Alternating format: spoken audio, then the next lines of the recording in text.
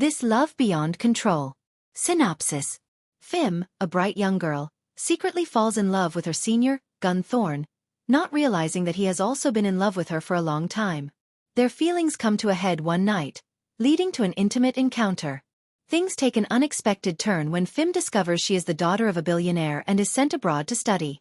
Will this distance change them, or will their love hold strong? Let's find out. Chapter 1. Thud.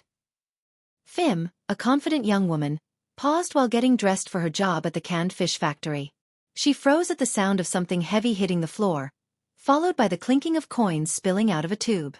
Her heart sank. With strong legs, she sprinted to her bedroom. Just as she suspected, her mother, Mrs. Sannett, was trying to steal her money again. Phim knew all too well why. "Stop it, Mom. Stop it right now." Phim rushed to scoop the coins back into the tall jar as Mrs. Sannett snorted, breathing heavily, almost like a bull pulled by the nose. "Ungrateful child. Your mother just needs money for food, and you're being stingy."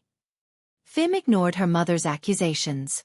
She knew her 40-something mother was craving a drink, plus she was hung up on a man named Canuck. It would be one thing if her mother's choice was a decent man, hardworking, single. But he was none of these. Canuck Fawn, or Brother Canuck, was just a motorbike taxi driver who overcharged his customers, leaving no one willing to be his passenger anymore, except for her mother. As they say, like minds understand each other. "You wretched child. I should have stuffed ashes in your mouth when you were born." Mrs. Sannett kept stomping and cursing, pointing and waving her finger angrily. Phim finished gathering the money, took the jar, intending to exchange it for banknotes and deposit it at the bank. "Phim, are you deaf? Get back here now." Phim, at 19, was a young woman who knew how to make a living. Even though she was young, the factory had entrusted her with a leadership role because of her sense of responsibility. In her work uniform, she climbed onto her motorcycle, glancing back at her furious mother, letting her fume there. It was sad her mother had turned out this way. Her mother had been like this for almost as long as she could remember. Mrs. Sannett often blamed her behavior on Phim's father abandoning them, claiming it turned her into a drunk. But Phim thought it went deeper than that. "Hey, Phim. Off to work so early." Aunt Penny, a food vendor, greeted her. Phim smiled and gestured to the pot of stewed eggs she planned to take to work for breakfast. Thon, or Gunthorn, walked out, his face damp. Phim looked away, blushing. She'd had a crush on him since vocational school, but a talented handsome guy like him would never notice a factory girl like her. "I'll throw in an extra egg for you. Anything else?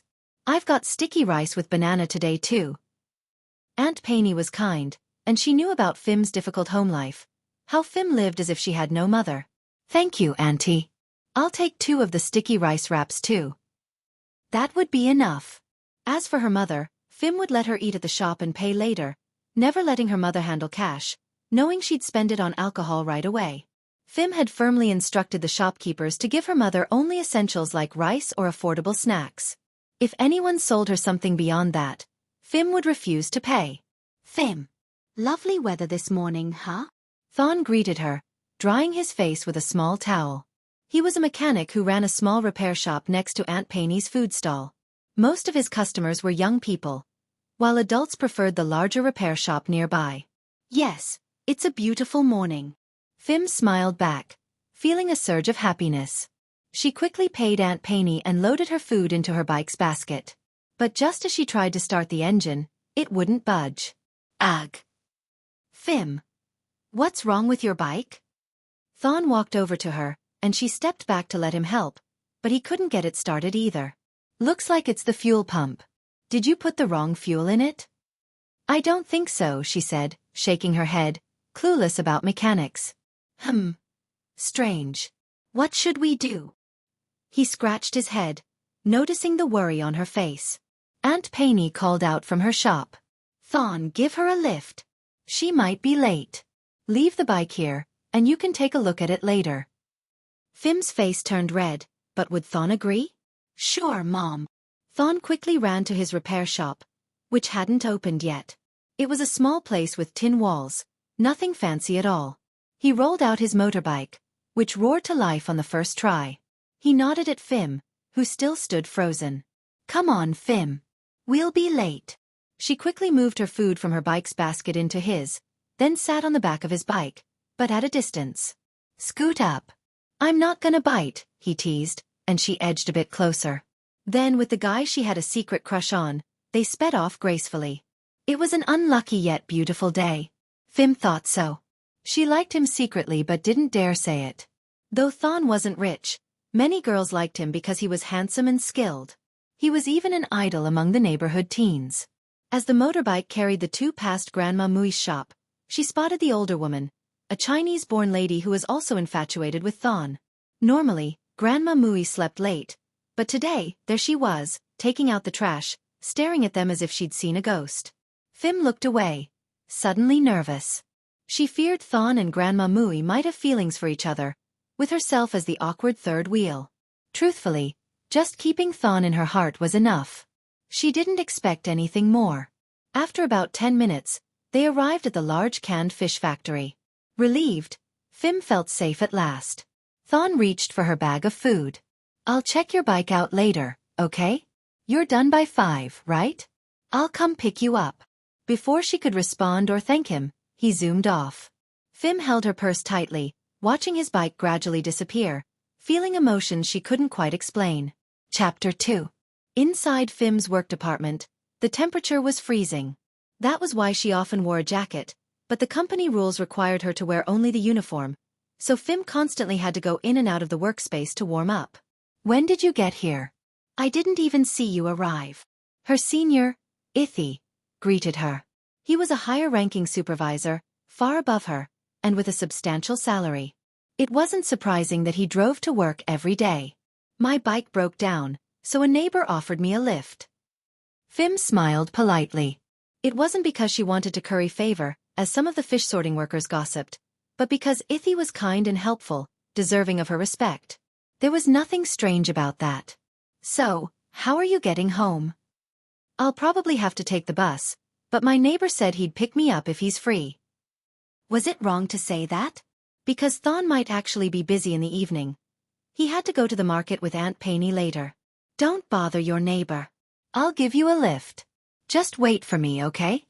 With that, they each went off to their respective tasks. While organizing the files on her desk, Jad, an older woman, strutted over to her. Jad had been working here for years, but her obsession with her nails had kept her from ever advancing. "Hey, Phim. Did I hear you're trying to seduce my dear Ithi?" Oh no. She'd forgotten that this woman had her eyes on Ithi. "And no, I'm not." Liar. Many people saw it clear as day.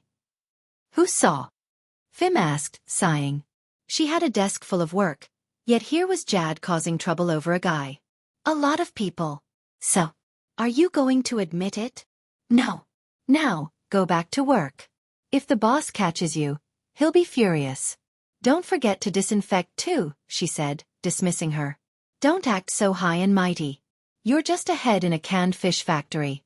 My family sells gold, and we don't boast like you do."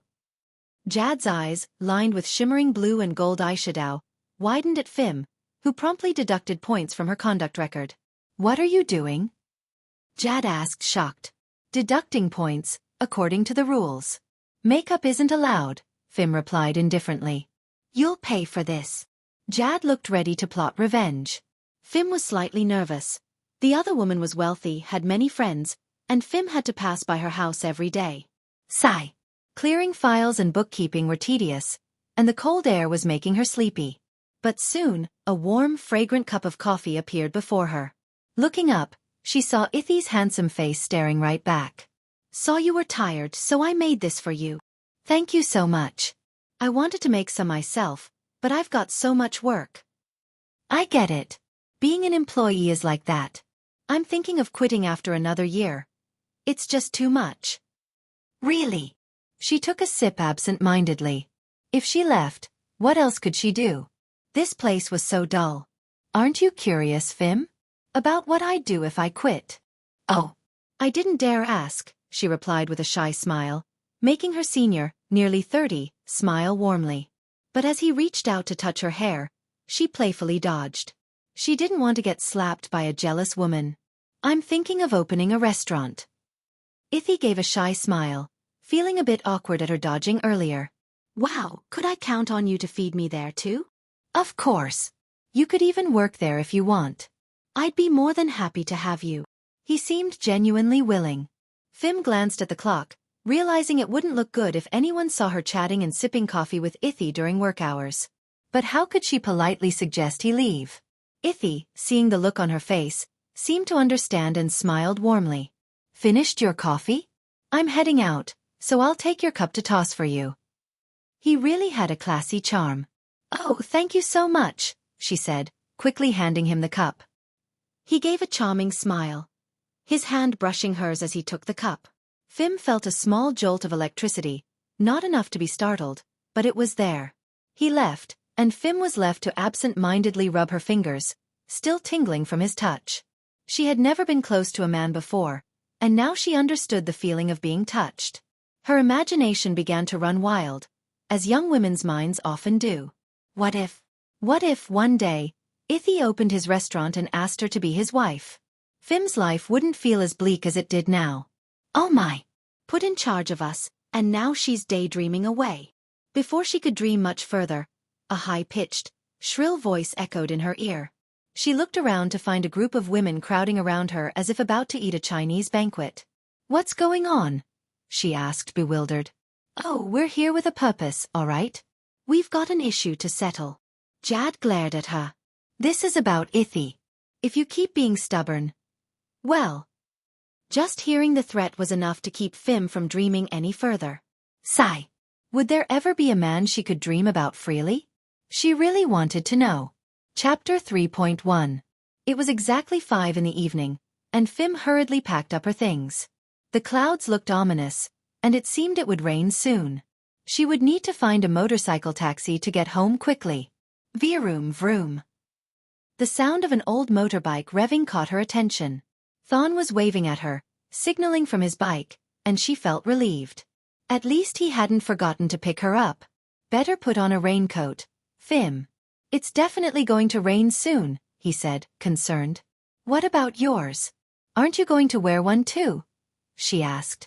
Thon laughed cheerfully, just as Ithy walked up, looking displeased at the sight. So you had someone to pick you up, huh? I wouldn't have waited if I'd known. His voice was curt. Phim started to explain, but Thon motioned for her to put on her raincoat as the wind began to howl ominously. Ithy turned and walked briskly toward his car, visibly upset. Phim tried to ignore his behavior, while a group of Jad's friends looked on with smug satisfaction. Once she was seated on the back of Thon's bike and they were on the road, Thon broke the silence. Does he like you? What? She stammered, feeling flustered. Ithy was handsome, but he was trouble waiting to happen. Falling for him would only bring pain. Just be careful around him, Phim. He seems untrustworthy. Was that a warning? Phim felt warm inside. It was nice to feel like Thon was looking out for her. Even if he thought of her only as a little sister, she appreciated it. Pitter-patter. Rain started falling lightly, so Phim huddled over her bag to keep it dry. Thon steered them toward a nearby steamed bun shop for shelter. Let's wait here until the rain lets up, Phim. Ah Gao, the shop owner, was busy steaming fresh buns. Phim wanted to buy some, but she hesitated, worried that Thon might be in a hurry to get home. He might only be waiting until the rain subsided. Those buns smell great, Thon commented, eyeing the steaming pot. You'll have to wait if you're hungry. I just started steaming these, Ah Gao replied, looking up at the sky while his hands deftly organized his supplies. Wanna wait, Phim? We haven't had Ah Gao's buns in a long time. All right, let's wait, she agreed. Her stomach rumbled softly. She wondered if her mother was home or off drinking somewhere with Mr. Canuck. Neighbors had said they'd seen Canuck taking her mother out begging at a bridge somewhere. Instead of helping each other make an honest living, they chose to deceive others. At their age, it seemed unlikely they would ever change. 15 minutes later, they each had a hot taro-filled bun. Outside, the rain was pouring down heavily. Thon said they might have to wait an hour or so for it to lighten up. Phim felt guilty for taking up Thon's time. It wasn't his responsibility, and yet he was here, missing work because of her. How's my bike, Thon? She asked. He seemed to remember something suddenly. Bad news, Phim. I think someone tampered with it. I found sand in the fuel tank. It'll need a clean out, and I'm not sure yet how much damage was done. Phim's heart sank, feeling as though her money was about to vanish. Who would do that? I'm not sure. Just be careful from now on. I didn't expect someone around here to pull something like that. The next bite of her bun didn't taste as good. Thon patted her hand comfortingly. Don't worry. I'll help as much as I can. I know money's tight for you. This was Thon, the man she secretly admired. He was kind to everyone, which wasn't surprising. Even Grandma Mui, who had a crush on him, often did his laundry for free and sent him home with delicious treats. Phim insisted on paying for the buns, and Thon didn't object, knowing she wanted to contribute somehow. It was after 6 by the time they headed back. When she arrived home, the house was dark. Her mother likely wasn't there. Thon looked at her with a sympathetic smile. I'll get going now. I'll come pick you up tomorrow. Before Phim could decline, he sped off. Exhausted, she dragged herself to unlock the front gate. But when she stepped inside, her fatigue turned into shock. The television she'd bought just last year was gone. HRK. Phim burst into tears, unable to hold back her sobs. Why did her mother do this to her? The TV wasn't expensive, but she enjoyed watching it before bed. Someone must have encouraged her mother. Canuck. From a forlorn girl, Phim transformed into a fiery spirit in an instant. Chapter 3.2. Canuck and Mrs. Sanet were gulping down alcohol, both looking utterly disheveled and equally intoxicated. Brother Canuck, Mrs. Sanet murmured, snuggling up to the 50-year-old man. Her eyes half closed in a drunken haze. Yes, my beautiful Sanet, he slurred in response. Goohoo. Hey, I'm closing up now, you two. Time to pay the bill and head on home, said Berm, the stout owner, standing with his hands on his hips by their table. What? It's only 7 p.m. Why you in such a hurry to close up?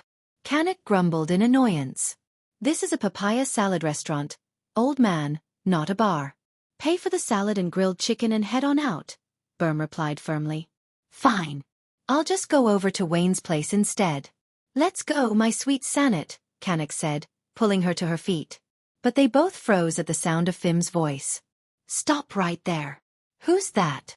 Canuck asked, startled. It's me, your daughter. Hand over the money from selling my TV. Phim stood in the doorway, panting from the long walk over. Phim, did your mom really steal the TV? Her friend asked in shock. Yeah. And she had an accomplice too. Berm, could you call the police for me? She requested, turning to the restaurant owner. Phim. That's too much. Where's the proof? Where, huh? Mrs. Sanet demanded, barely able to stand. Canuck got to his feet, nodding in agreement. Yeah, where's the proof? Go ahead. Call them if you want. Ha ha ha, he laughed mockingly. Phim gave a cold smile, and Berm watched with bated breath. So, Phim, should I call? Berm asked, eager for her response. Go ahead, Berm. The proof is already there. My neighbor Sim's place, right next to mine, is a convenience store, and her daughter just installed security cameras because some dog keeps stealing from the shop. The dog in question was none other than Canuck, who was sobering up rapidly. He turned to his lover, Mrs. Sanet, for advice. Look, honey, I just needed some cash flow. Don't make a big deal out of this, Mrs. Sanet said, trying to soothe her daughter as she clung to Phim's arm. Fine. But Mom's lover is going to jail, Phim replied with a steely tone. What? The drunken duo cried out in unison, while Berm, the shop owner, couldn't help but chuckle with satisfaction. The antics of these two had irritated everyone in the neighborhood for far too long. Chapter 4. Phim, you can't do this to Uncle Canuck. Ever since Canuck had been thrown in jail, her mother had been pestering her constantly, even interrupting her meals. You need to go to the police and tell them you made a mistake, her mother insisted. Phim looked at her mother, biting into the egg yolk on her spoon without tasting a thing. But I already gave the evidence to the police, Mom. Or would you like to join him in there? You ungrateful brat. When things didn't go her way, Mrs. Sanet would start pointing and shouting, at a loss for other words. I'm off to work, Mom. Thon's here to pick me up. With that, Phim took her plate and left it in the wash basin to clean later, then grabbed her bag and water bottle, walking out with a calm face. Her mother, on the other hand, was seething with anger but didn't know what else to do. Fine. Just wait until it's my turn, Phim, Mrs. Sannett yelled, furious. As she fumed, an idea dawned on her. That's right. Old Man Meng was interested in Phim, wasn't he? If I sent her to him to be broken in, he'd pay me 50,000 baht as a reward. That should be enough to help Kanak. At that moment, there was not a trace of motherly love in her thoughts. In truth, Phim wasn't even her biological daughter but the daughter of her late husband from a previous relationship. Phim had been around 2 years old when her father brought her into the marriage, and she'd grown up thinking of Sannett as her real mother. Her late husband had sworn her to secrecy, especially since Phim's biological mother had been forced into a wealthy arranged marriage shortly afterward. Ha! That little high society brat. Serves her right to end up as the daughter of a worthless drunk like me. Sannett cackled to herself. Since her husband had wanted it kept a secret, she had obliged. Now she eagerly went to clean up and dress to meet Mr. Meng, a wealthy businessman who lived in a big house near the temple. As for Phim, despite her cheerful expression today, her heart wasn't truly happy. Her mother had never loved her. Even if her mother never said it, Phim could feel it. I heard the news, Thon said, driving slowly since it was only 7 in the morning. What news, Brother Thon? About Kanak getting arrested. Phim sighed, feeling a weariness settle over her. Sensing her mood, Thon quickly changed the subject. Oh, by the way, your bike should be ready tomorrow. Now that was good news. Really? She hugged his waist without realizing it, and Thon smiled. Yep. But be careful from now on. How much was the repair? Thon hesitated a bit before answering cheerfully. 200 baht. Don't joke with me. I'm serious. It really was 200. Phim didn't know much about bike repairs, so she nodded in agreement. Okay, I'll pay you when I pick it up. Sounds good. Thon was pleased she accepted it. In truth, he hadn't planned to charge her, but he knew her well enough to give a reasonable price to avoid hurting her pride. I'll pick you up this evening, he said, just like yesterday as they arrived in front of the factory. But today, Phim grabbed his arm before he left. Wait, Brother Thon. You don't have to pick me up today. Thon looked at her confused. Why not? Before she could answer, someone else cut in. I'll be taking her home today. Phim turned sharply, surprised, and shook her head quickly, but Thon nodded, understanding. All right then. I'll get going, Phim. Wait, she called out, but he only gave a smile from under his half-helmet and left. Ithi reached out to take her hand, but she recoiled instinctively. Phim, he said, startled by her reaction, while she looked flustered herself. Sorry, she stammered before hurrying up the steps to her department. Ithi watched her with irritation, his confidence undiminished. Playing hard to get, huh? I'll make you mine yet, he muttered to himself as he headed toward his own department. It wasn't far, and there were multiple connecting hallways. He started plotting how he would eventually win over this stubborn girl. He'd tried being nice, he'd tried persistence. Maybe she'd enjoy a different approach. He smirked. Phim sat down at her desk, opening her computer to input the employee data she was responsible for. Equipment inventory, room temperature checks, and cleanliness scores. But this morning, she found herself hitting the delete key more than usual, thoughts of Thon floating through her mind. It almost felt like he was jealous. Could Thon like her too? Probably not. Many beautiful and well-mannered girls liked him. Surely he wouldn't waste his time on the daughter of a drunk thief like her. Tap, tap, tap. Her small hands continued to type, but she suddenly felt someone's breath close to her hair. She whipped around. Brother Ithi. Phim froze, her hands hovering over the keyboard. What was he doing here? Why wasn't he at his own workstation? Ithi stepped back, smiling in a way that sent a chill down her spine. You look like you've seen a ghost, Phim. I just came to borrow a pencil.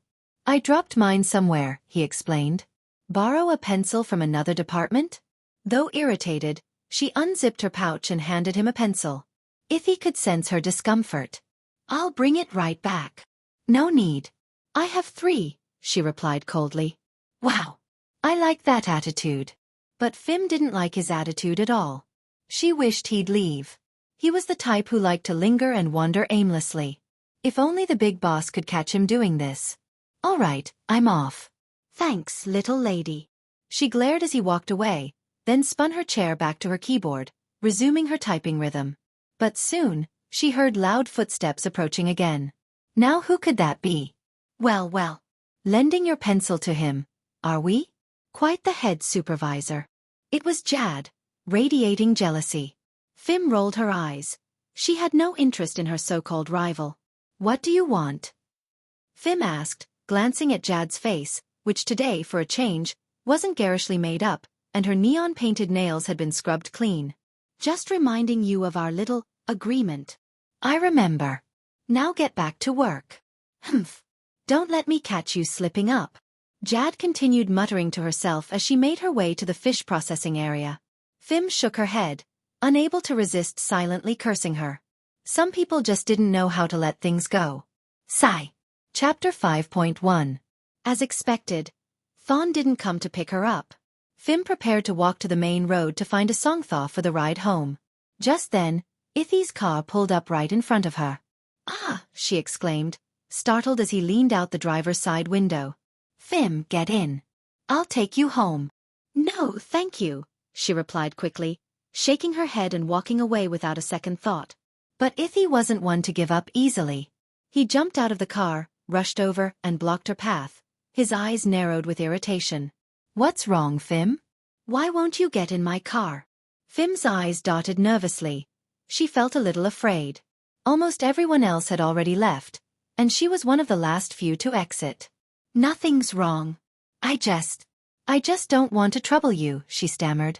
No trouble at all. Get in my car now, he demanded, grabbing her hand suddenly. Phim let out a startled cry, realizing he was trying to force her into his car. Let go. She resisted, but her strength was no match for Ithy's. As he pulled her toward the car, she screamed. I said let go of me. Her wrist throbbed painfully, and to her surprise, she felt anger toward her own mother as well, for reasons she couldn't quite explain. Why are you being so stubborn, Phim? I'm not being stubborn. I just want to go home on my own. A passing car slowed down to observe the scene but quickly drove off again, making Phim's face go pale with frustration. No one's going to interfere with a man and his girlfriend, Phim, Ithy sneered, feeling emboldened. Today he was determined to have her. After all, she was just a girl without a father and with a drunk mother. I'm not your girlfriend. Seeing red, Phim swung her bag at his face, catching him off guard and making him let go. She seized the moment to run toward the main road. You think you can get away from me, Phim? Ithy spat out in anger. If Phim doesn't want to go with you, I'll go instead, came Jad's voice. She approached, and Ithy looked at her with annoyance. Jad again, he thought. Bored of her already. But he figured, since his plans with Phim had failed today, he'd make do with the usual. Get in before it starts raining, he ordered. Jad quickly walked over, opened the car door, and slammed it shut in jealousy. Ithy rolled his eyes but drove off all the same. Phim hid until she saw Ithy's car drive away. Relieved, she stepped out onto the road, wiping away her tears. Suddenly, she heard a familiar horn. Vroom vroom. Thon's old motorcycle screeched to a stop right in front of her. He couldn't hide his concern as he noticed her tear-streaked face. What happened, Phim? She quickly wiped her tears and shook her head. It's nothing. All right, get on. Looks like it's going to rain again. He didn't press her any further. Only once she was seated on the back of the bike did he start speaking again. Your bike is ready, he told her. That's good, she replied, her voice subdued. Anything you want to tell me? He asked gently, reaching back to guide her hands to hold onto his waist. Phim leaned against his back, letting her emotions pour out. He tried to force me into his car. Thon's brows knit together in anger, and his hands tightened on the handlebars. That guy, huh? She nodded. Yes. Tomorrow, I'll gather the boys and ambush him in the evening, he declared, his voice fierce. Phim, alarmed, pulled her face away from his back. No, Brother Thon, please don't. Or do you like him? Phim couldn't see the look of displeasure on Thon's face. No, I don't. But I don't want things to escalate. If we don't stop him now, he'll just do this to you again, Thon replied firmly, clearly unwilling to let the matter slide. His mood darkened, and he remained tense and silent the rest of the way home. Chapter 5.2. When they reached Thon's house, he didn't stop to pick up her bike. Phim tugged urgently at his sleeve. "Brother Thon, I need my bike," she insisted, but he just drove right past it. "You don't need it. I'll take you to work tomorrow." "But why?" "Why? Because that guy is surely planning something. "I'm going to keep watch and, if necessary, knock some sense into him." Phim was stunned, a mixture of shock and gratitude silencing her. Soon they reached her house, and she quickly got off and thanked him sincerely. "Make sure to lock your room well tonight. That old Canuck got bailed out. "He's probably holding a grudge against you." The young factory worker's jaw dropped. Who bailed him out? His family. She had an unsettling feeling, especially with the look on Thon's face. "No," he replied, then added, "Your mother, Mrs. Sanet, posted his bail this morning, 20,000 baht." "What? Where would she even get 20,000 baht? I have no idea. But if anything happens, call me right away." Thon's tone was serious, and Phim nodded. She wondered if he had misunderstood. Though her mother was infatuated with Canuck, there was no way she'd come up with that kind of money for him. Entering her house in a daze, she noticed that everything was in place, with nothing missing. As for her mother, she was absent as usual. Where did Mom get the money? Half convinced, half skeptical, Phim entertained the idea. Could her mother have done something extreme? Then she laughed off the thought. A woman her mother's age, and a heavy drinker at that, wouldn't have the strength for something drastic. She shook her head, placed her bag on the worn-out table, and grabbed a towel to head for the bathroom with its old tin door. This bathroom was a relic her father had built to spare them the shared facilities in the community. Nowadays, every household had upgraded their bathrooms, except hers, which still boasted this relic of the past. She undressed, feeling a bit at ease. In this neighborhood, most people weren't into drugs, just alcohol. With practiced precision, she tossed her clothes into the laundry basket, where they landed perfectly. Phim closed the tin door, securing it with a piece of wire twisted around a nail. She chuckled at the rickety old door but thought little of it as she grabbed a bowl, coated in a layer of green algae, and splashed water over herself. The refreshing feeling was the best part of her day. She didn't need much to feel content. Then she heard the front door open. "Mom? Is that you?" Silence. No response. She scooped another bowl of water, feeling uneasy but determined to finish her bath. She quickly lathered soap and rinsed, trying to ignore the creeping feeling of discomfort. Chapter 6. Wrapping herself in a towel, Phim stepped out of the bathroom, her wet feet padding softly on the floor. The front door was closed, just as she had left it. Maybe she'd imagined the noise. It's almost 6, and Mom's still not back. Looks like I'll have to go out and drag her home again. Another routine of Phim's was searching for her mother, who was usually at one of the local bars. The shop owners were all fed up with her mother's antics. Phim remembered those early days when her mother first took to drinking. She had only been a child then, just a few years old. Her father had passed away, and Phim was left with a constant ache of hunger, waiting for her mother to return. She would eventually wander from house to house, begging for food. At first, the neighbors took pity on her, but as time went on, they grew tired of her. The little girl didn't understand why life had to be so difficult. Phim brushed away the tears that had gathered in her eyes, tasting their bitterness. It was in the past and in some ways it was good. Those difficult days had made her as strong as she was now. She slipped into a simple cotton shirt and pants she had folded neatly, choosing not to wear any undergarments. She preferred the freedom. Bang! Her hand paused mid-stroke as she was combing her hair. Moving quickly, she went to check outside. But before she could fully open the door, a large rough hand clamped a chemically scented cloth over her nose and mouth. She struggled, but her strength was no match for the powerful arms holding her. Her vision blurred, and as her consciousness faded, the comb slipped from her fingers and fell by the doorway. Mrs. Sanet stepped out of hiding immediately. Finally! She's out cold, she muttered, wiping the sweat from her face. So, how are we taking her? Canuck asked, eyeing the unconscious girl with excitement, wishing he could take advantage of her before Mr. Meng had the chance. In your trailer, of course. Go get it and bring it here. Canuck laid Phim gently by the door and hurried to retrieve the vehicle. Mrs. Sanet anxiously urged him on. Hurry, or someone will see us. She was eager to complete the handoff, wanting to collect the rest of her payment. She had negotiated a partial payment of 20,000 baht to post Kanek's bail, but Mr. Meng would only pay the rest once Phim was delivered. The headlights from Kanek's trailer illuminated Mrs. Sanet's round figure as she waved him to turn off the engine. Kanek jumped down and helped lift Phim's unconscious body into the trailer. Shouldn't we get a pillow or something? Her hair's all dirty again, Kanek grumbled. Fine. Go get one, and I'll keep an eye on her. Mrs. Sanet didn't care about Phim's comfort, but she was concerned about keeping her goods clean.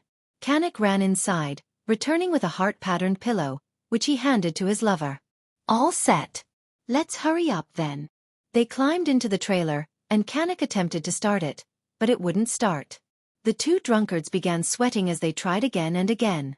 Is it out of fuel? Mrs. Sanet asked, her frustration growing. Just then, Thon's motorbike pulled up beside them.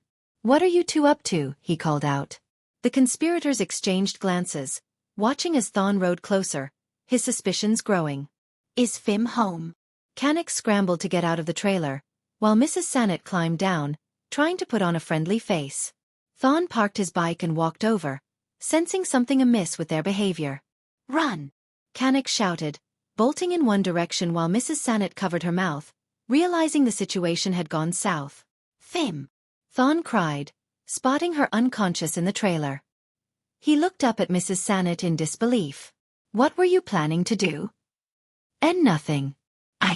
I'm leaving. She turned and ran after Kanek, leaving Thon stunned as he processed the scene before him. Phim! Phim! He called, shaking her gently, but she remained unresponsive. Checking her breathing. He sighed in relief upon finding it steady. Carefully, he lifted her slight frame out of the trailer. You poor thing surrounded by wolves and snakes, he murmured. The coolness of a damp cloth against her face brought Phim back to consciousness. She sat up, looking around in confusion until her eyes met Thon's. Brother Thon. Is it really you? Phim asked, still groggy, assuming he had been the one to knock her out. What? No.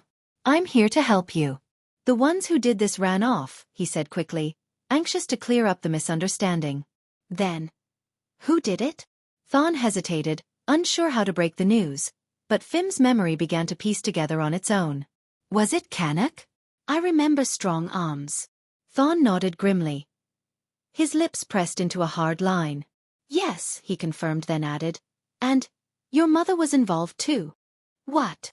Phim whispered, stunned. Despite her mother's flaws, Phim had never imagined she would go this far.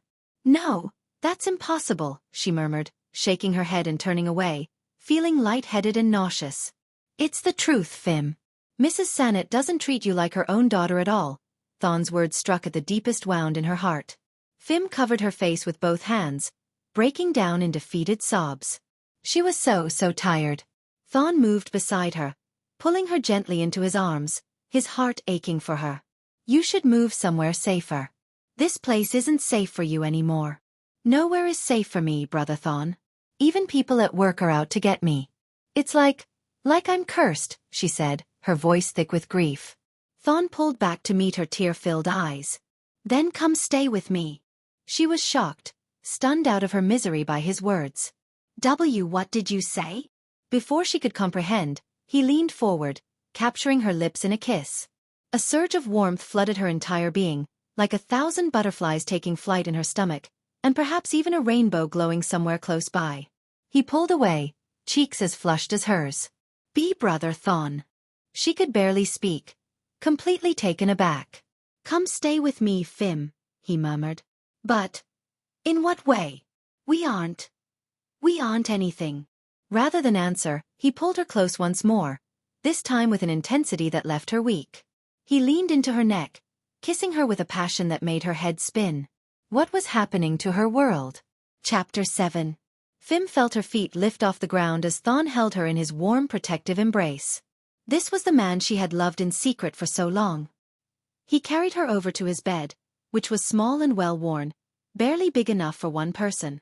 But Phim didn't mention it. Gently, Thon placed her down with a tenderness she hadn't expected, as if she were something precious. Leaning close, he gave her a soft kiss on the forehead and then, with a quiet sincerity, confessed something that made Phim's heart skip a beat. "I've cared about you for a long time, Phim," he murmured. "Ah, really?" Her eyes widened, hardly able to believe it. "Yes. I can't stand the thought of anyone mistreating you. From now on, I'll make sure no one can hurt you. You're with me now." Phim could hardly believe it. She dreamed of being with him, but hearing it made it feel so much more real. "Do you care about me too?" he asked softly. She felt her face flush as her heart raced. Her feelings for him ran deep, and she saw the uncertainty in his eyes. She hadn't yet told him. "Yes, more than anything," she replied, her voice almost a whisper. Thon's face softened with relief. "Promise you won't leave." "I promise," she replied with a smile, feeling a warmth and sense of security she hadn't known before. Thon wrapped his arms around her, pulling her closer as they talked quietly into the evening, each one finding comfort in the other. At last, they fell asleep, content and hopeful for what the future might hold. The next morning, as the sunlight peeked through the window, Thon stirred and looked over at Phim, who was just beginning to wake. "Did you sleep well?" he asked, smiling. "Yes," she replied, a hint of nervousness lingering in her voice. "No need to worry about anything. I'm here, and I'll always be here to take care of you," Thon reassured her gently. Phim's heart swelled, knowing that she had found someone who truly cared for her. She smiled, feeling lighter than she had in a long time. The day was just beginning, but she knew that, together, they could face whatever might come their way. This revised version keeps the spirit of the original scene, focusing on the emotional bond between Phim and Thon. Let me know if you'd like further adjustments or more chapters. Chapter 8. Morning came quicker than Phim expected, but she knew she'd need to take the day off. She and Thon were in the middle of a debate about her moving in with him. "Didn't you say you'd move into my place?" Thon asked, his brow furrowing. She quickly shook her head. "And no, I didn't agree to that." "Oh, so I imagined it all on my own?" Thon's protective instincts seemed to be kicking in faster than Phim had anticipated. He had done everything to make sure she'd be safe with him, so why was she being so stubborn? "Brother Thon," she tried softly, moving a bit closer to him. "Just give me a day or two, please." "No." "But the neighbors will start talking," she replied, feeling embarrassed. Why couldn't he understand her hesitation? Phim frowned, feeling frustrated. "So there's someone else then? Other guys waiting around?" he asked, his tone accusatory. Phim blinked in surprise. What do you mean?" "At the factory. Plenty of guys probably want to be with you, don't they?" "That's ridiculous, Brother Thon." "You're not making any sense," she replied, a little exasperated. "I think I'd better go check on my mom." She stood up to leave, but Thon quickly scooped her up with a determined expression. "We need to talk this out properly, Phim." He carried her over to the mat where they had been sitting the night before, and she looked at him, surprised. "But we just talked about this," she protested. "Not until you agree to move in with me," he replied firmly. She sighed. All right, fine," she said, finally giving in with a smile. Thon released her, and they both laughed as the tension melted away. "All right then, I'll give you some time," he said with a slight grin before heading outside. Phim heard the loud start of his motorbike as he rode off, clearly still processing everything. "So stubborn," she muttered, hugging her knees and gazing out the window, feeling a mix of exasperation and endearment.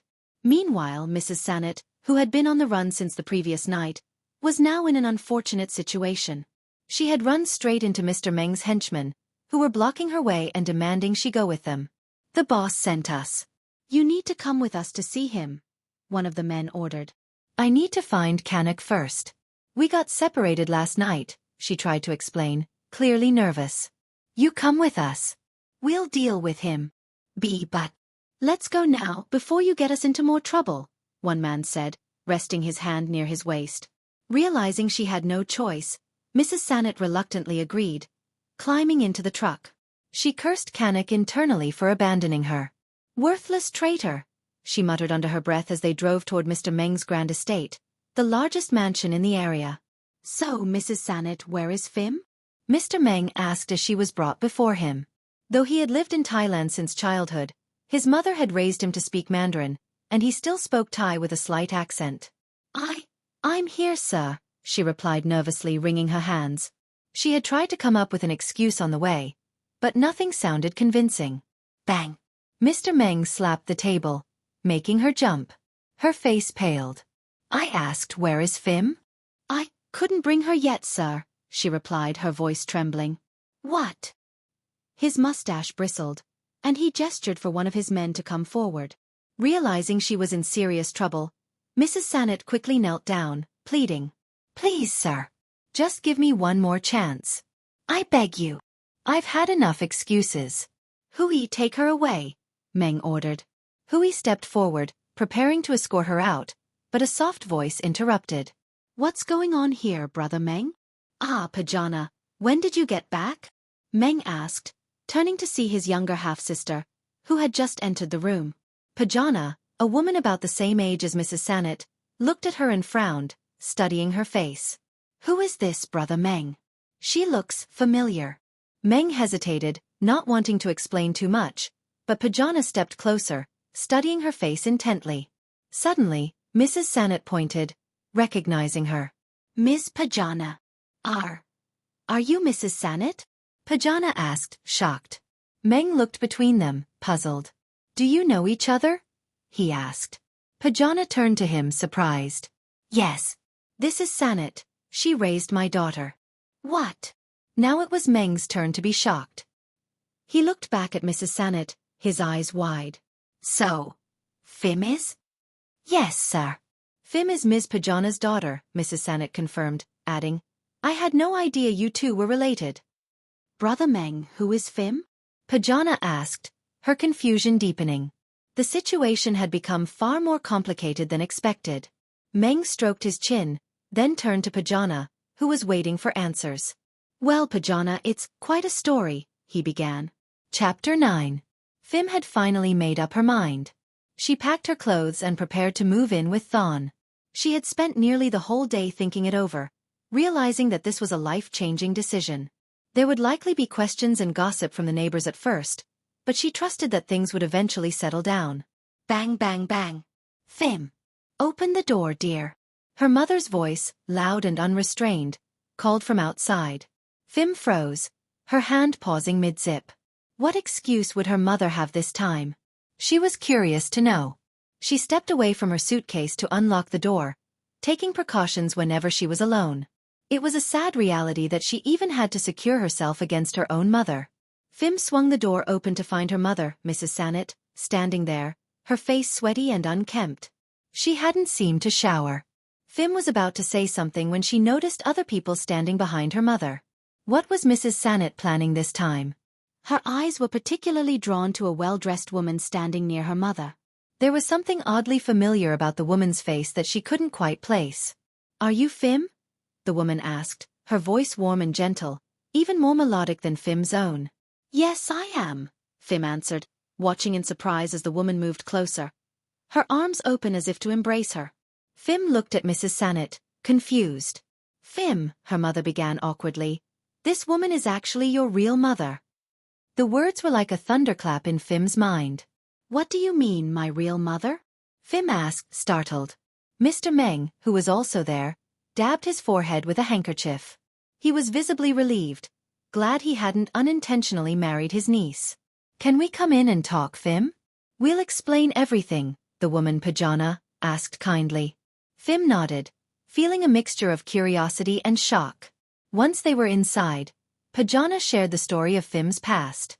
Your father and I were deeply in love, but my family forced me into an arranged marriage even though I already had you and your father. Hurt and feeling betrayed, your father left with you. I refused the arranged marriage, but by then, I had already lost my chance to find you both. Years later, I received a wedding photo of your father with another woman. I was heartbroken but hoped he had found happiness, Pajana said, wiping away a tear. Phim could see the pain in her mother's eyes. She looked at Mrs. Sanet, who nodded in agreement. Yes, I remember your father. He was devastated after he left, so much so that he burned the photo and sent her that wedding picture out of spite. But I had seen Pajana's picture before. I remember it clearly, Mrs. Sanet confirmed. Why did you never tell me any of this, Mom? Phim asked, addressing Mrs. Sanet. Because your father didn't want you to know, Mrs. Sanet replied. Pajana's face softened as she spoke again. I searched for you many times, Phim, but your father kept you hidden. I never imagined this day would come. Pajana dabbed at her eyes with a handkerchief as Phim took in the shock of it all. Looking at Pajana, Phim felt a sense of familiarity. They truly did look alike. I believe you. I never really felt motherly love from my other mother, Phim said, glancing at Mrs. Sanet. Mrs. Sanet looked down, a hint of shame crossing her face. Please, don't be angry with me, she whispered. Silence filled the room until Mr. Meng finally spoke up. All right, if everything is clear now, I suggest you pack up and go live with your mother, Phim. Phim hesitated. She had just recently started a new chapter with Thon. What would happen now? Pajana, sensing her hesitation, gently encouraged her. Please come with me, Phim. I know you've only completed vocational school, but I'll support you to continue your studies abroad. Phim's life was about to change in ways she hadn't thought possible. She would be living as the daughter of a wealthy family.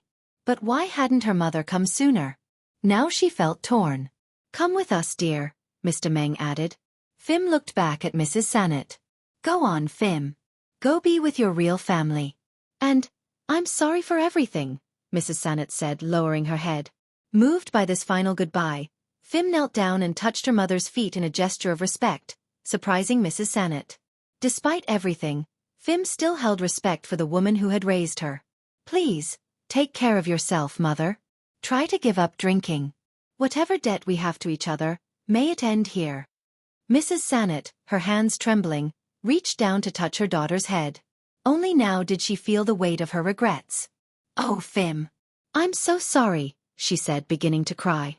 If she could turn back time, she would, but there was no going back, and now she had to face the consequences. Phim left with her real family, climbing into the car with them. Mrs. Sanet raised a hand in farewell, holding on to the last thing Phim had given her, all her life savings. The last words Phim had said to her still echoed in her mind. I'm leaving you 80,000 baht to help you get back on your feet. Please use it to take care of yourself, and if you ever need help, let me know. I'll come back for you. Tears ran down Mrs. Sanet's cheeks as she clutched the envelope close. Goodbye, my child. May you find peace and never have to look back. Chapter 10.1. Thon was utterly shocked when he finally learned the truth. At first, he heard it as a rumor from locals buying food at his mother's shop. But later, Mrs. Sanet herself confirmed it. After digging for more details, he realized it was undeniably true. Phim, you really did leave me, Thon murmured, heartbroken. He couldn't focus on his work, though he still clung to the hope that she might come back one day. Thon, what's wrong, my son? Mrs. Funny asked, concerned about his sudden sadness. Mom.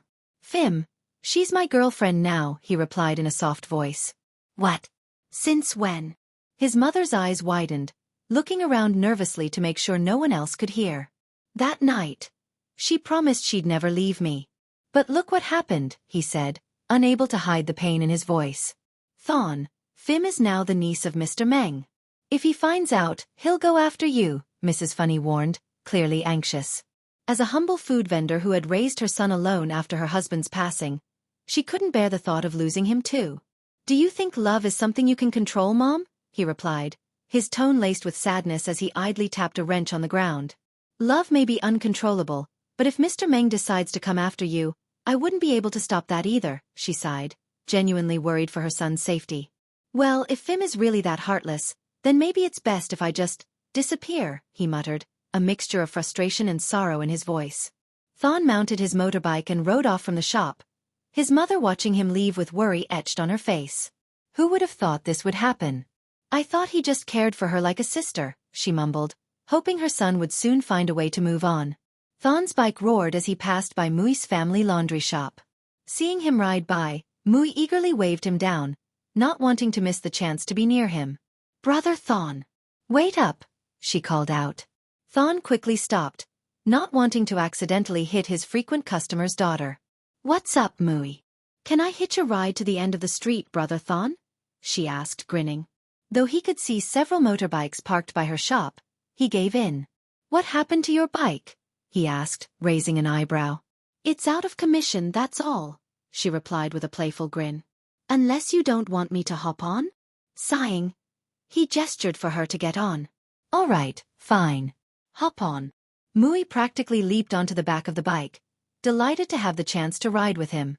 Her father, who came outside just in time to see, scratched his head in confusion. Wait. Isn't that the food vendor's son? Where's my Mui off to now? But shrugging it off, he went back inside. As they rode, Mui shifted closer, leaning in so her shoulder pressed against Thon's back. He shifted uncomfortably. Sit properly, Mui. I am sitting properly, she countered. Then scoot back a little. I'm afraid of falling, that's all, she replied, refusing to budge. Thon sighed but kept driving, managing to reach the end of the street despite her antics. Mui climbed off, giving him a cheerful smile, and then quickly pecked him on the cheek. Thon's face turned stony as he glared and sped off immediately. Brother Thon. Just because Phim says she's not ready, you find someone new so quickly. Phim, who had just witnessed the entire scene from her car, felt her heart drop. She was on her way to the factory where she had worked for years. Who would have thought she'd find out she was now the owner's niece? She knew her co-worker, Ith, would be in for a shock. Mr. Meng, who had returned to the driver's seat, closed her door. Did you wait long, Phim? He asked, speaking with an unusual gentleness to make up for the misunderstandings of the past. Luckily, she didn't know everything he'd once planned. Not at all, uncle. The car's air conditioning is great, she replied with a polite smile. All right, Hui. Let's get going, Mr. Meng ordered his driver eagerly. In moments, they were smoothly on their way. Phim was aware of the luxury of the car she rode in, knowing it had cost several million baht and was often pre-ordered a year in advance. Her mother was also quite well off, owning 3 jewelry stores. Phim had visited one yesterday, where every employee had bowed respectfully, almost excessively. Phim's life had transformed. She was now the heiress of 2 successful families. Her uncle Meng, who had never married or had children, had made some impulsive choices in his youth and now found himself childless. Finally, here we are at the factory, Mr. Meng said with pride. Phim stepped out, feeling both excited and anxious. Was it just her imagination, or did the factory look especially clean today? Chapter 10.2. Where would you like to visit first, Phim? Her uncle asked. Phim smiled and quickly responded, the labeling department, uncle. I really want to see that area. All right, Hui. Bring an umbrella for my niece, Mr. Meng instructed, nodding with pride. Normally, Phim would have walked without an umbrella, but today she wanted to make an impression on the factory staff who had once looked down on her. She gladly accepted the gesture, allowing Hui to shield her from the sun with the umbrella. When they arrived, Ith, who was standing with other employees in their work uniforms, looked as though he'd seen a ghost. He had heard that the factory owner's niece would be visiting that day, but never in his wildest dreams had he expected it to be her. Everyone, this is my niece, Phim Dara, Mr. Meng announced proudly, using her full name. One day, she will be running this factory in my place. Ith swallowed hard, feeling a lump in his throat. He could hardly believe it. Only recently, he had almost committed an unforgivable act by trying to drag her into his car. If he'd succeeded in harming her, he could hardly imagine the consequences. Phim kept her eyes on Ith, intentionally making him uncomfortable. She wanted him to remember his actions and, if possible, suffer a bit for what he had tried to do. Let's go inside, Phim, Mr. Meng said, motioning for her to follow. Hui, make sure to keep a close eye on my niece. If she slips, you'll be fired. With no children of his own, Mr. Meng's affection for his niece was intense, and Phim couldn't help but feel a bit pleased at how Itha's face had grown paler by the minute. Oh! Phim suddenly exclaimed, pretending to lose her balance. She reached out to steady herself by grabbing Itha's shoulder, and he quickly helped her, his eyes wide with confusion. Oh no! My niece almost slipped, Mr. Meng exclaimed, alarmed. Phim smirked at Ith, making it clear that she was intentionally giving him a hard time. Uncle, she said, releasing her grip on Itha's shoulder and turning to her uncle with a feigned look of sadness. The floor isn't very clean. How can the products meet quality standards in conditions like this? Mr. Meng's expression shifted, and the employees around them looked equally shocked. Our products pass quality inspections, Phim. They always have, he replied, trying to reassure her. But I almost fell, she countered, sounding as if she might cry. Mr. Meng, flustered, glanced around, his large frame tense with concern. Who is the supervisor of this department? Step forward now, he commanded. Ith, biting his lip, stepped forward. He had already been planning to resign soon, as he'd been embezzling wages from several employees, amounting to nearly 1,000,000 baht. It's me, sir, he admitted, his voice tense. You're fired, Mr. Meng declared. Wait, uncle, Phim interjected, smiling at Ith in a way that made her intentions clear. It's just a small issue, and he seems to have been working here for quite some time. Perhaps instead, he could clean the entire department as a reminder to be more attentive in the future.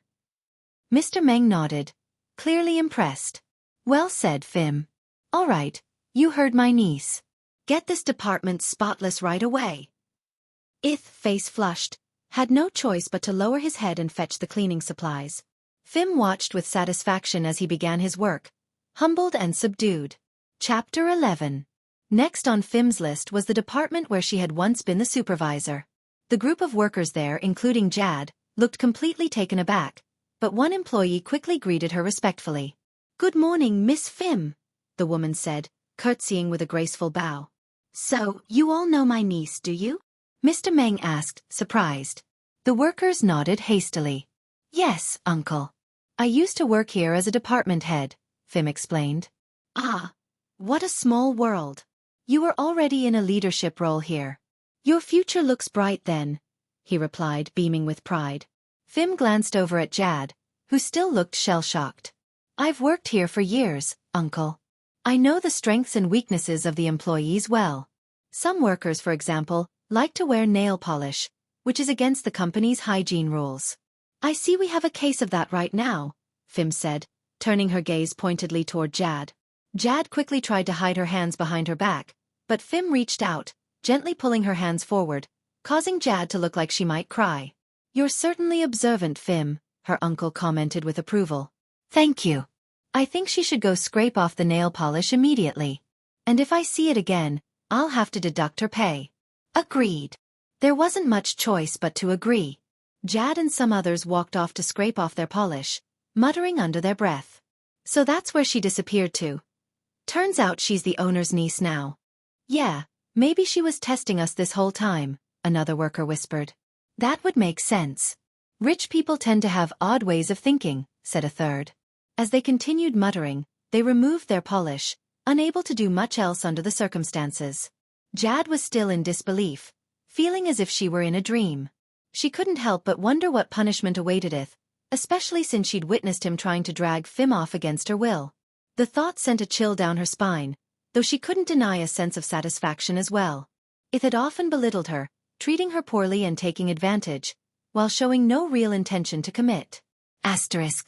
That day, Phim spent hours moving through departments, making sure Ith paid for his past behavior. By the time she was done, the white-tiled floors had been scrubbed to a gleaming shine, and Ith looked utterly exhausted. As she settled into the car to leave, Mr. Meng looked at her with satisfaction. Those people must have wronged you before, didn't they, Phim? He asked, amused. Phim gave a sheepish smile, nodding slightly. I hope you're not mad at me for making them clean, uncle. Not at all. It's a good thing. Maybe they'll improve their behavior now. Hui started the car, and Phim watched the factory fade into the distance. She could hardly believe the transformation, from fish cutter to the niece of the factory's owner. Life had taken an unexpected turn, as it so often does. It had also taught her that people's hearts can change just as unpredictably.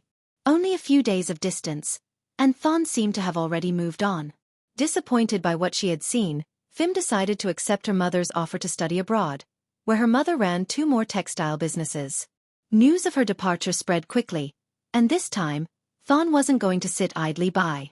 Asterisk. Late that night, in a secluded mansion in a nearby neighborhood, the largest and grandest house on the block, Phim was in her room. Her new bedroom was spacious, furnished with every convenience, and connected to a balcony where she often sat to gaze at the stars.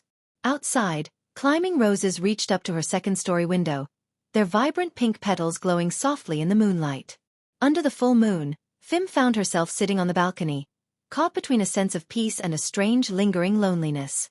Then suddenly, she heard a soft rustling sound. Looking down, she saw the rose vine swaying, and for a brief moment, an inexplicable fear gripped her.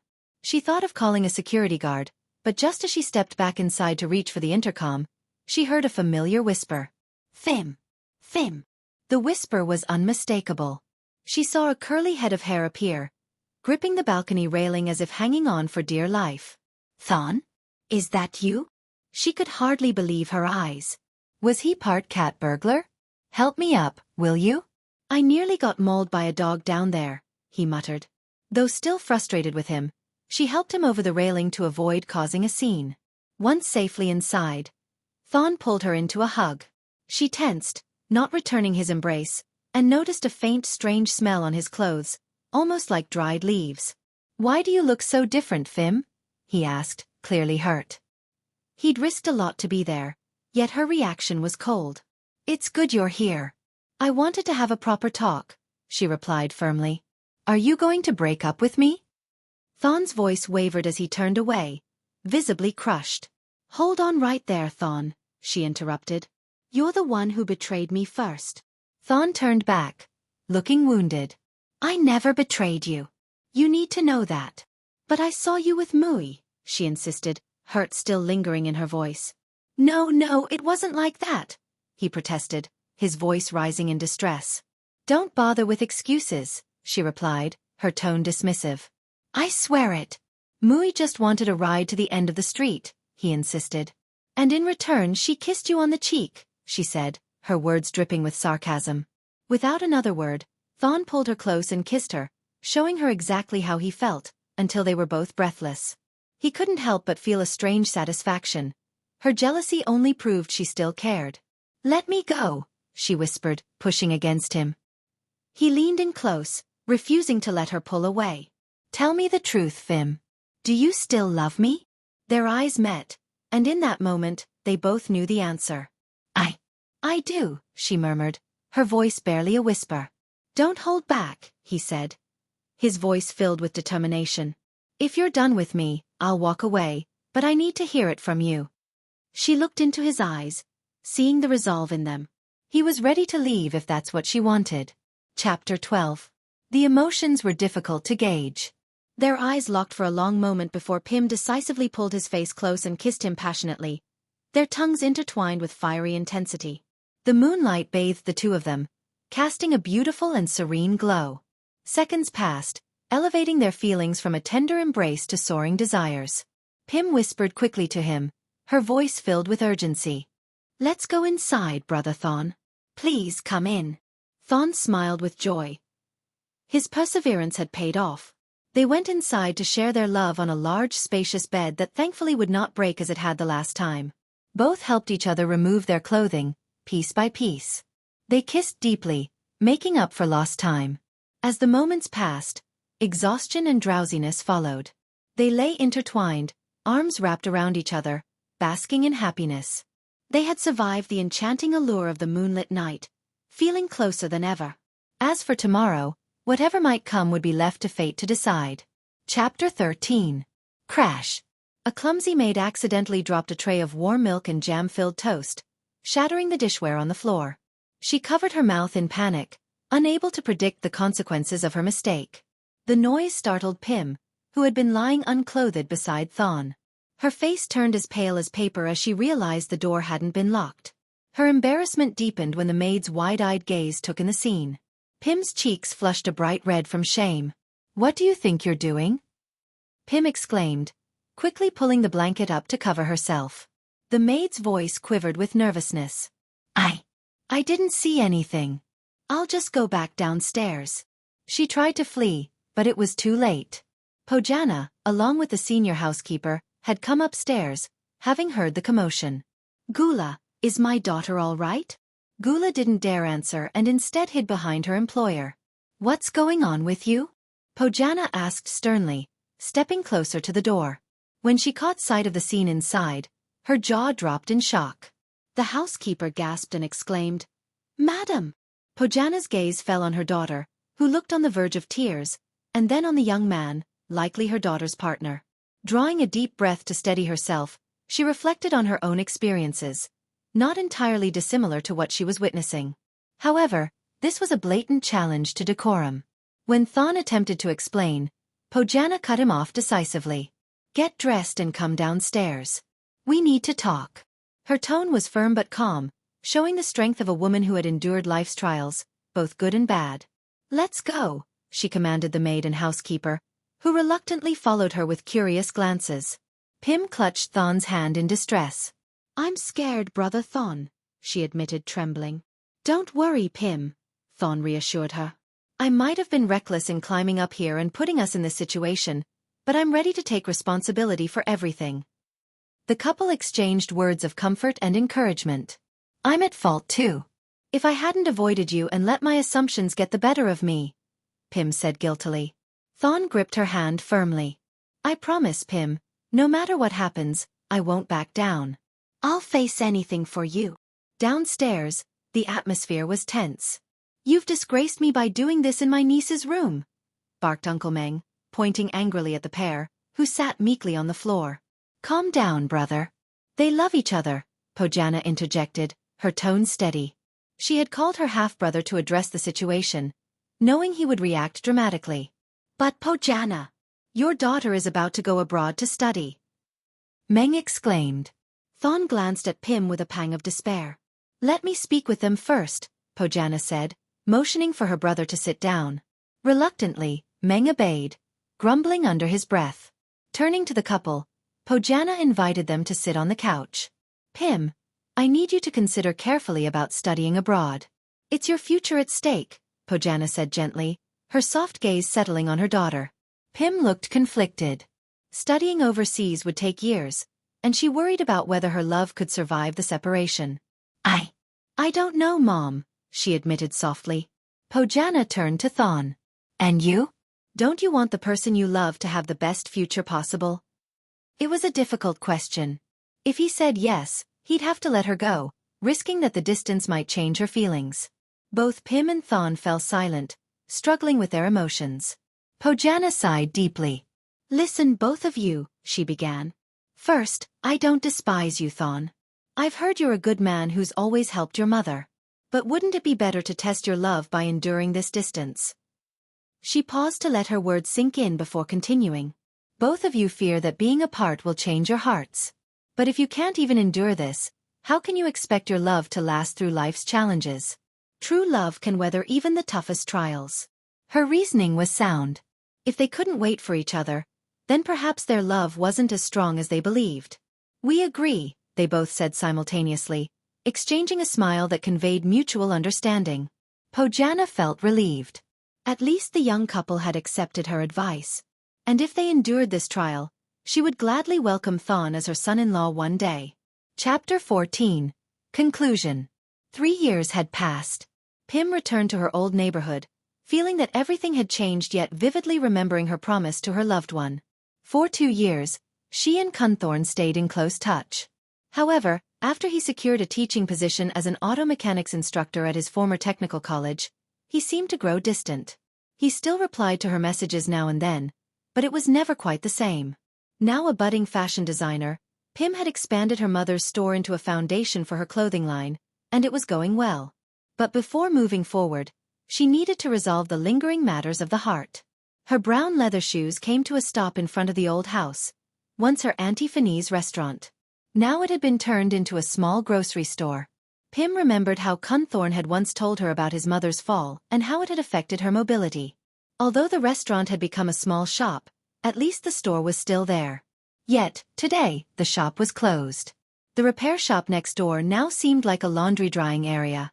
Phim felt a pang of unease in her stomach, so she returned to her car. Shall we head back, miss? Hui, the family driver, asked. Where did they go, Uncle Hui? This place has changed so much, she said with a sigh.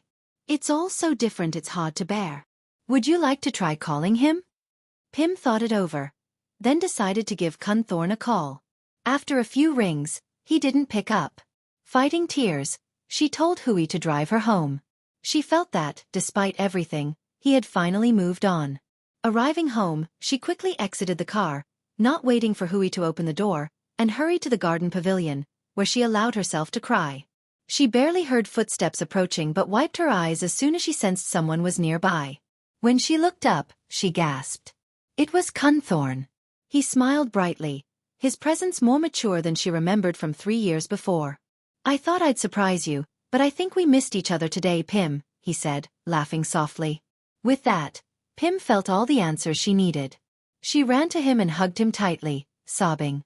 As they embraced, she couldn't help but tease him. I thought you'd moved on from me. You weren't replying to my chats regularly. I was truly busy, Phim, he assured her, comforting her gently. I had to care for my mother, taking her to physical therapy sessions. Thankfully, your mom allowed me to borrow the car and even introduced us to an excellent doctor. Oh. Phim suddenly felt a surge of guilt. By the way, my mom's inside, Gunthorn continued with a smile. She came with me today because I wanted to ask your mom for permission to marry you. Phim's eyes sparkled as she hugged him again, overjoyed. She asked excitedly, Do you think my mom will agree? Gunthorn chuckled, gently brushing a strand of hair from her face. Don't worry. Your mom is a very understanding person and has been incredibly supportive of me these past years. Still, I'm nervous, Phim admitted shyly. In response, he planted a kiss on her cheek. The warmth sent shivers down her spine, a feeling she had missed so much over the past years. Gunthorn, that tickles, she whispered, her voice low. In that case, he replied with a mischievous grin, let's hurry inside and get her blessing. Then you can answer yes to my proposal, and I won't have to resist the urge to kiss you here and now. With that, they both laughed, holding each other close, ready to step into a future together they had waited so long to share. Subscribe now for more interesting stories.